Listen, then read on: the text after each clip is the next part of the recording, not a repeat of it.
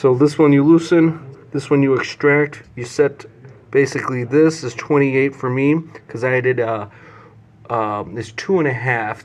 It's whatever your wingspan is divided by 2.5, and that gives me my 28. So what was my wingspan? It was going to be 40, 64 plus another 14. Yes. So 68, 78. So I've got a wingspan of 78 inches. 78 inches. It's on inches, okay? Okay. And that does draw length. And whatever you do to one side, you have to do equally to the other. Okay, for symmetry. Now, something that I like to do just for making things a little bit easier in the future is when we set up a bow, I like to maximize the poundage, which is through here and here. And I'm going to screw that down, and I'm going to make sure it's pretty tight. And then I don't want to maintain that tension on the threads. What threads? Okay. The threads of the screw. Okay. So once I get that tight, I back it off 1/8 of a turn, just to take the tension off those threads. Okay. Okay. I'm going to do the same thing to the other side here. 1/8 of a turn. So right now we're at maximum draw force. Right. So it would be maximum. Minus an draw. 1/8. Right. So that's maximum, and I back it off 1/8 just to relieve some of that mechanical tension on the threads. Okay.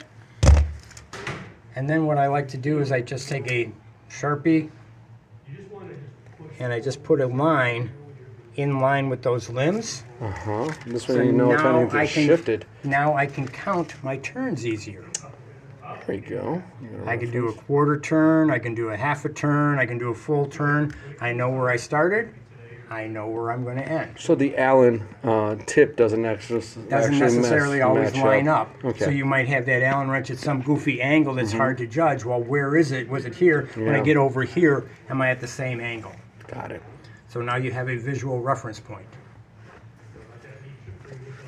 So we know how to change the draw length. We know how to adjust the poundage. Now there is no set rule that says one turn is equal to X number of pounds. Okay. Because the minimum draw length compared to the maximum draw length is going to change the minimum poundage. Okay. So the only way I can get this bow is listed as a 6 to 60 pounds. I cannot get this to 6 pounds at a 28-inch draw length. I can only get it to 6 pounds at the 15-inch draw length. So that does change the minimum poundage a little bit. So because of that change, I can't do the math and say one turn is going to be equal to so many pounds. And each turn isn't going to be the same as the previous turn because it's like logarithmic or something. So a scale would help, but you don't necessarily have to know what you're pulling as long as what you're pulling is comfortable. Got it. And then you can increase or decrease based on your fatigue level. But right now we're maxed out, and I could turn out 12 turns according to the sticker I saw on the other one, and that's on this one as well. Right. So that's maximum turns out. I've already done an 1/8 though. No, that's kind of filtered into that because that 12 turns is not going to be, if you do 12.5, it's going to strip out that bolt. Oh yeah? They have a little bit of safety factor in there, so that's why we can use that. Got it.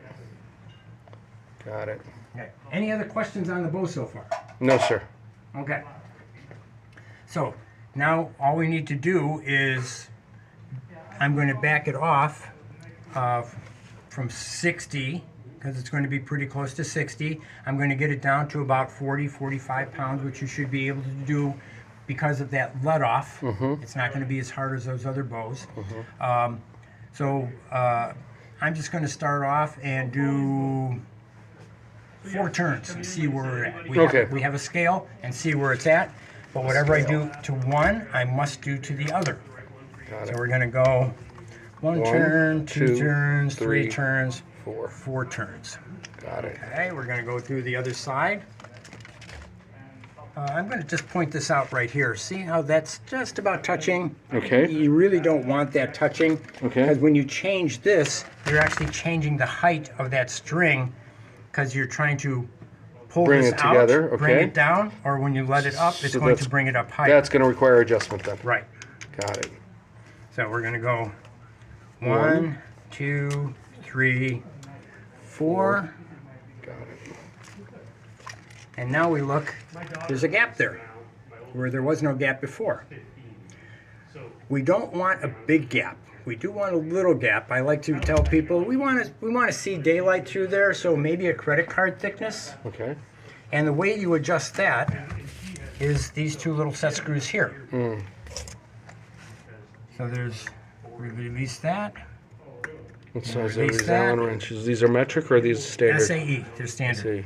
And then I bring it in just so I can maintain an air gap through there.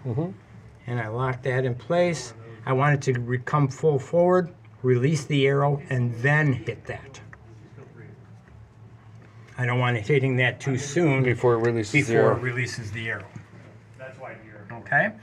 Now, one of the other things that we generally check, I don't know if this got checked, is timing.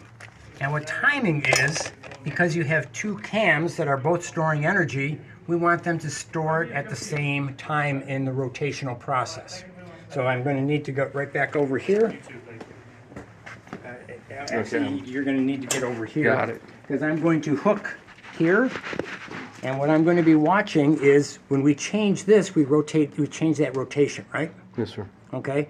So when I pull this bow back, this is going to rotate. This here, this flat, is going to hit this cable. And that's going to prevent it me up. from pulling it over any more than that. This is going to rotate and hit this cable. I want those two to rotate At the same pretty much rate. as close as we can to the same So time. the flats hit the cable at the same time? So we're going to check the timing by pulling that string back.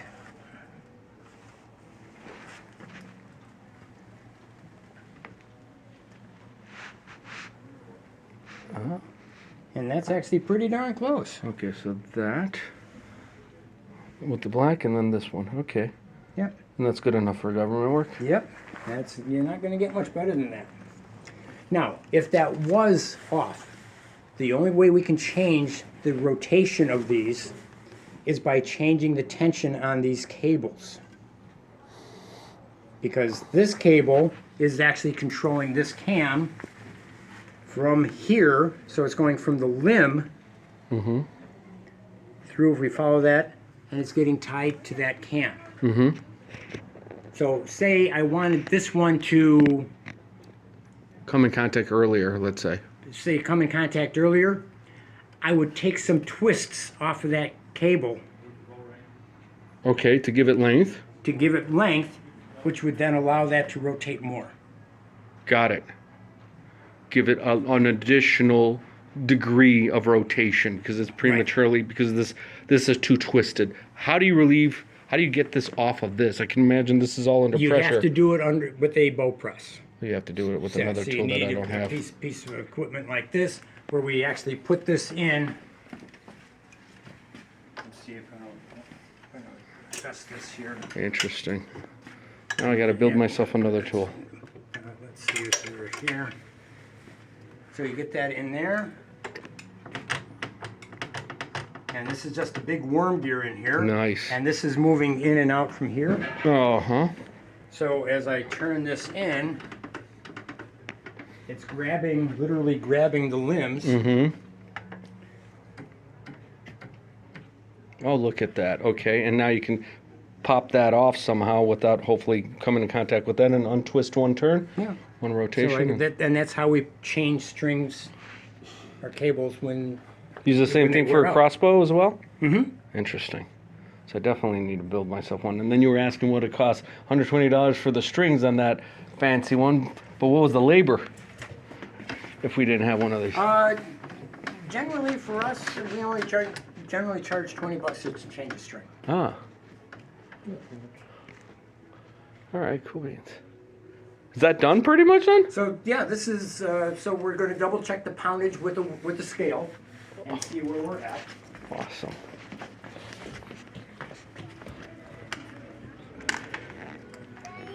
So we're just going to hook this here,